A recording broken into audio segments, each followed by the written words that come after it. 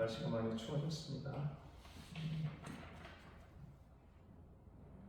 계절은 어김없이 바뀌네요. 다들 환절기에 건강 조심하시기 바랍니다. 이스라엘은 3대 절기가 있었습니다.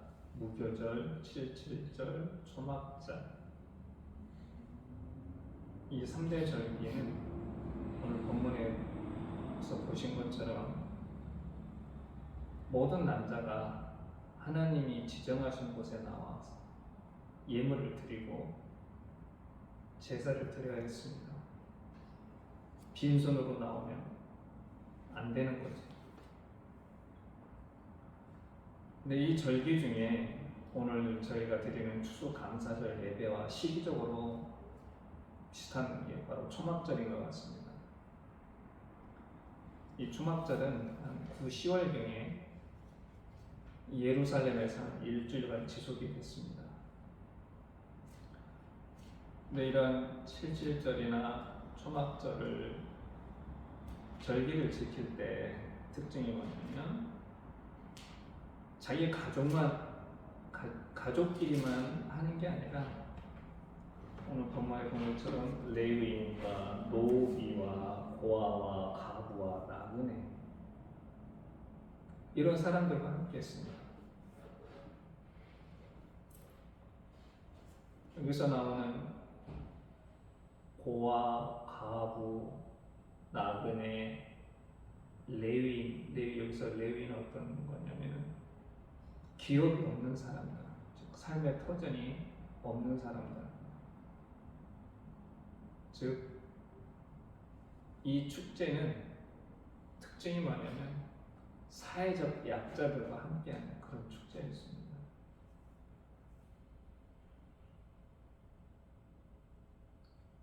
근데 오늘 같은 지금 현 시대에 이런 초막절이나 이런 것들이 우리하고는 참 잘 맞지는 않죠. 예전에는 농경 사회였기 때문에 이런 것들이 이러한 절기가 가능했지만 오늘을 사는 우리한테는 좀 잘 맞지 않아서 현대적으로 재해석해서 추수감사절이라는 이름으로 지키는 것 같습니다. 근데 시대가 바뀌더라도 하나님께서 이 절기를 지낼 때 요구하신 조건이 뭐였냐면 여기 전 10절에 있는데 어떻게 말씀하셨냐면 여호와께서 내게 복을 주신 대로 내 힘을 헤아려 자원하는 예물을 드릴지니라. 즉 하나님 앞에 나와서 예물을 드릴 때 어떤 마음으로 드려야 되느냐? 자원하는 마음 드려야 된다. 스스로 원하는 것. 하나님이 복을 얼마나 주셨는지 또 그 복 주신 거에 따라서 자기의 어떤 능력이 어느 정도 되는지, 예물을 드려야 될 능력이 어느 정도 되는지는 본인만이 아는 거죠. 그렇기 때문에 스스로 그 마음 속에 내가 이 정도는 드려야 될 거다. 자원하는 마음, 스스로 원하는 마음이 중요한 겁니다. 시대가 바뀌고 이 절기를 지내는 모양은 바래더라도 우리가 이러한 추수감사절이나 혹은 또 다른 절기를 지킬 때 이런 예물을 드리는 이런 마음들은 항상 우리가 갖고 있어야 되지 않을까 그런 생각이 듭니다. 그럼 이러한 감사가 우리한테 어떤 유익을 줄까? 한번 오늘은 세속적인 방식으로 한번 따져볼까 합니다. 일단 감사 유형은 제가 생각하기엔 두 가지가 있는 것 같아요. 성과형 그리고 하나는 또 만사형. 제가 이렇게 이름을 지었는데 성과형이라는 건 뭐냐면 일반적인 사람들이 흔히 감사할 때 하는 겁니다. 뭐 자녀가 대학에 입학하게 됐다든지 혹은 취업에 성공했다든지 아니면 직장에서 승진을 할 경우 이럴 때 감사 예물을 드리죠. 교회에서도 자주 보지 않습니까? 뭐 어떻게 해서 감사합니다. 뭐 해서 감사합니다. 그럴 때 드리죠. 근데 만사형이라고 하는 거는 모든 일에 감사하는 거예요. 저는 이게 바로 기독교형이라고 저는 생각을 합니다.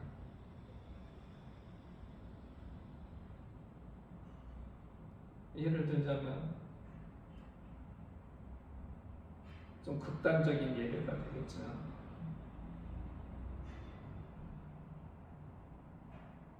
그럴 사람은 없겠는데 또 이런 얘기를 드니까 좀 그렇긴 한데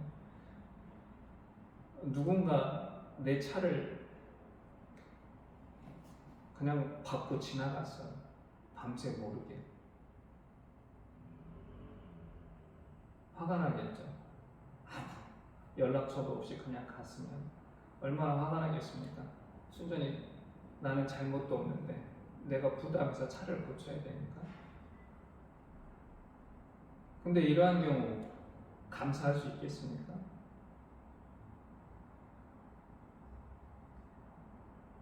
그런데 기독교에서는 뭐라고 얘기해요? 범사에 감사라고 얘기하잖아요. 모든 일에 감사. 이러한 일조차도 내 잘못도 아니고 전혀 내가 의도치 않았는데 그런 일 당했을 경우에도 감사하는 것, 이게 바로 기독교행이라고 저는 생각을 합니다. 근데 이 감사가 우리가 감사를 함으로써 어떤 효과가 있을까? 이걸 심리학자들이 실험을 해봤나 봐요. 크게 세 가지가 있는데 뭐 정서적인 면, 육체적인 면, 사회적인 면이 있는데 먼저 정서적인 면. 미국의 두 교수가 실험을 했습니다. 로버트 에먼스와 마이클 맥클로프라는 사람이 실험을 했는데 감사하는 태도를 지닌 사람들은 어떤 효과가 있을까? 그래서 이 사람들이 실험 대상자를 모아서 세 그룹으로 나눠서 실험을 1년 동안 했습니다. A그룹은 기분 나쁜 말과 행동에 집중하는 겁니다. 예를 들면 아이 재수 없어. 어떤 놈이 내 차를 긁고 지나가 버려서 이런 식으로 기분 나쁜 말과 행동에 집중하게 하고 B그룹은 고마움을 나타내는데 집중하게 했습니다. 예를 들자면 아침에 일어나서 너무 감사합니다. 제가 오늘 이렇게 거리를 걸을 수 있게 해서 감사합니다. 저를 깨워주셔서 감사합니다. 이와 같이 고마움을 드러내는 데 집중을 하라고 했었고, C그룹은 그냥 일반 평상적인 식으로 오늘 청소했어요. 아니면 오늘 어디 가서 외식했습니다. 이런 일상적인 말과 행동에 집중하라고 이렇게 세 그룹으로 나눠서 했는데 1년 동안 실험을 했던 결과는 어떠했냐면 B그룹이 가장 행복했다는 겁니다. 그래서 이 사람들이 내린 결론은 뭐냐면 감사하는 태도를 지닌 사람들은 질투를 느끼거나 신경질을 내는 경우가 많지 않았고 좌절을 겪는 일도 현저히 적은 것으로 분석했습니다. 그리고 다른 사람을 배려하고 돕는데도 굉장히 적극적이었다. 이렇게 결론을 내린 겁니다. 정서적으로 굉장히 좋은 영향을 미친 거죠. 남을 배려하고 하루하루를 즐겁고 행복하게 사는 겁니다. 실질 이 실험에 참가했던 사람들의 그런 소감을 몇 가지가 있는데 제가 한번 여기서 한 4가지만 해볼게요. 뭐라고 얘기했냐면 삶에 대해 더 행복하다고 느끼게 되었다. 또 어떤 사람은 결단력이 강해졌다. 그리고 힘든 일을 처리하는 게 자신감이 붙었다. 어떤 사람은 또 인생의 목표를 수립했으며 그것을 이루기 위해 노력하게 됐다. 그리고 스트레스에 강해졌다. 이런 등등 이게 한 10몇 가지, 20가지 넘는 그런 내용들이 있는데 대충 이런 겁니다. 그러니까 매일 감사하는 태도를 지닌 사람들한테 나타나는 특징은 뭐냐면 스트레스가 감소되고 남을 배려하고 하루하루가 행복했다는 이런 정서적인 효과가 있었다는 거죠. 근데 감사가 이런 정서적인 부분만 있었는 게 아니라 육체적으로도 효과가 있었습니다. 우리가 어떤 병을 걸리는 게 꼭 어떤 한 가지 요인만으로 되는 건 아닌데 그 많은 요인 중에 스트레스가 굉장히 우리 몸을 약하게 하는 주 원인 중에 하나잖아요. 스트레스를 받다 보면 몸이 약해지고 그러다 보면 또 뭐가 되는 겁니까? 면역력이 떨어지죠. 그런데 이러한 감사하는 태도를 지닌 사람들의 특징은 뭐냐면 면역력이 증가가 된다는 거예요. 아까 보니까 스트레스에 강해졌다고 했지 않습니까? 면역력이 증가하게 돼서 똑같은 스트레스 상황에서도 그 병에 걸릴 그런 위험에서 벗어나서 평균 10년 이상 장수하는 것으로 그렇게 분석이 됐습니다. 그러니까 정서적인 효과가 육체적인 거에 영향을 미치게 되는 거죠. 또 하나는 사회적으로도 효과가 있었다는 겁니다. 그 어떤 심리 전문 치유기관에서 이렇게 했던 건데 이 치유기관을 찾아오는 사람들한테 여러 가지 기본적인 실습을 하는데 그 중에 하나가 뭐냐면 감사하는 겁니다. 이 기관에서 하는 게 감사 얘기와 매일 감사 반지, 저는 감사 반지가 구체적으로 어떤 건지 모르겠는데 이런 감사 반지를 통해서 평균 3,000번의 감사를 한다고 해요. 여기서 감사 3,000번이라고 하는 거는 각자 내용이 다른 겁니다. 무조건 감사합니다, 감사합니다 이렇게 하는 게 아니라 아까 제가 얘기했던 것처럼 제가 걸을 수 있어서 행복합니다, 감사합니다. 볼 수 있어서 감사합니다. 들을 수 있어서 감사합니다. 이런 각자 3,000가지의 제목을 기록을 한다는 거죠. 이렇게 했더니 아까 정서적인 효과도 있었지만 어떤 게 대인관계가 좋아지고 사람 만나는 게 두려웠던 사람들이 그런 사람 만나는 두려움에서 벗어나고 또 말하기 힘들었던 사람들이 말하는 것도 쉬워지는, 즉 이 사람들이 사회생활을 하는데 많은 효과가 있었다는 거죠.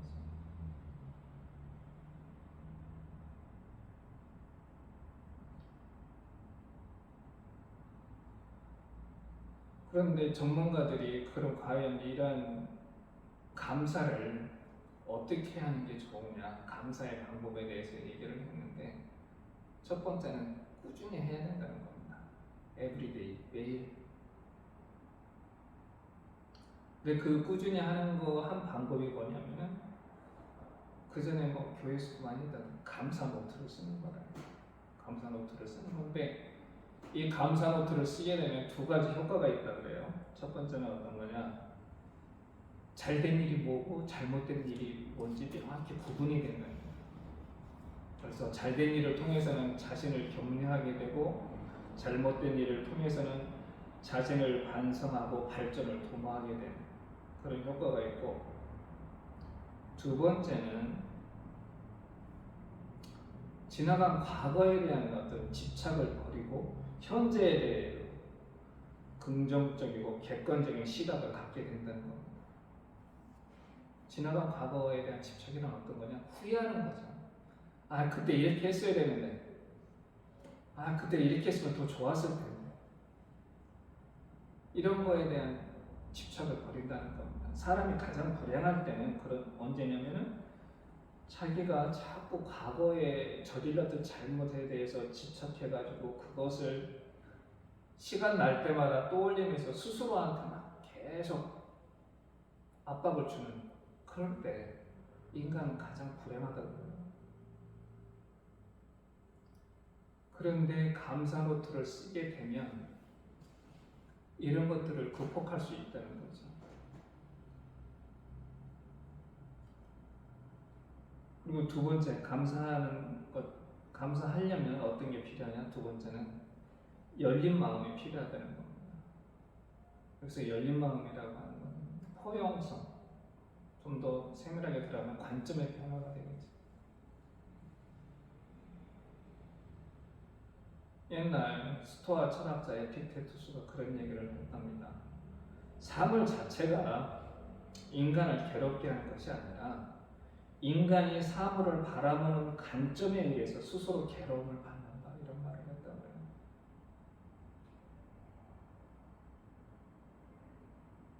똑같은 일인데 그 일을 내가 어떻게 받아들이냐에 따라서 그게 나를 괴롭게 하기도 하고 또 나를 기쁘게 하기도 할 수 있다는 거죠.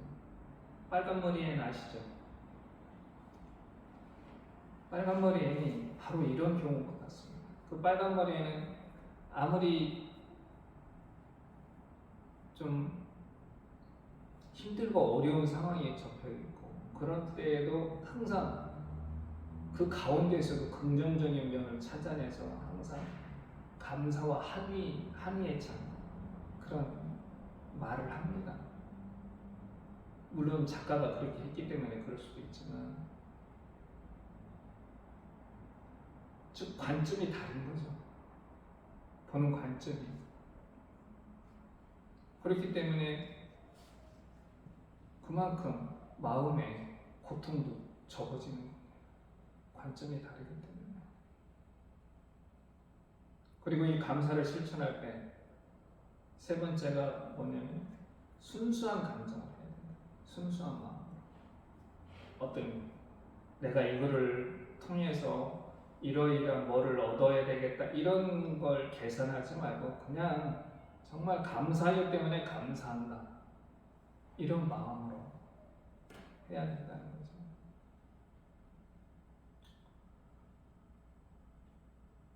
하나님을 믿는 사람이든 또 하나님을 믿지 않는 사람들이든 누구나 자신의 삶이 행복하기를 바랍니다. 저도 마찬가지고. 근데 각자의 방식으로 노력을 합니다. 어떤 사람은 돈을 많이 버는 게 행복한 사람이면 돈을 많이 벌기 위해서 노력을 하고, 사회적 명성을 필요로 하는 사람은 그 명예를 얻기 위해서 노력을 하고, 또 권력을 쟁취하고 싶은 사람은 그 권력을 쟁취하기 위해서 노력을 합니다. 제가 지금까지 예를 들었던 건 굉장히 힘들고 어렵죠. 그런데 이런 심리 전문가들이 얘기한 그런 것처럼 삶을 좀 더 행복하게 하는 방법이 있습니다. 그게 뭔가요? 감사하는 거죠.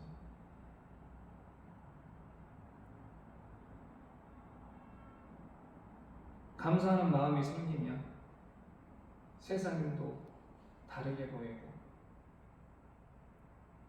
아까 제가 말씀드렸던 것처럼 여러 가지 정서적으로, 육체적으로, 사회적으로 우리 삶의 변화가 오는 겁니다. 좋은 방향으로.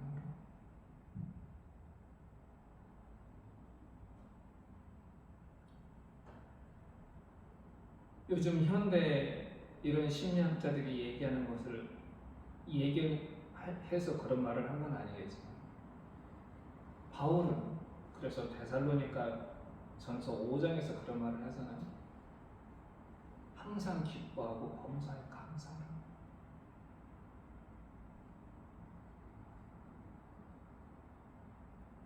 저는 여러 가지 우리가 하나님의 자녀로서 또 하나님의 일을 하는 사람으로서 해야 할 일이 많지만 그 중에 하나가 바로 감사가 아닐까. 나의 삶의 모습이 감사는 없고 맨날 매일 불만, 불평만 가득하다고 한다면, 입으로는 사랑을 전하고 입으로는 감사한다고 하지만 세상 사람들이 우리를 보기에는 저 사람 하나님의 일을 하는 사람으로서 또 하나님을 믿는 사람으로서 저는 행복해 보이지 않는다, 이렇게 비춰지지 않겠습니까?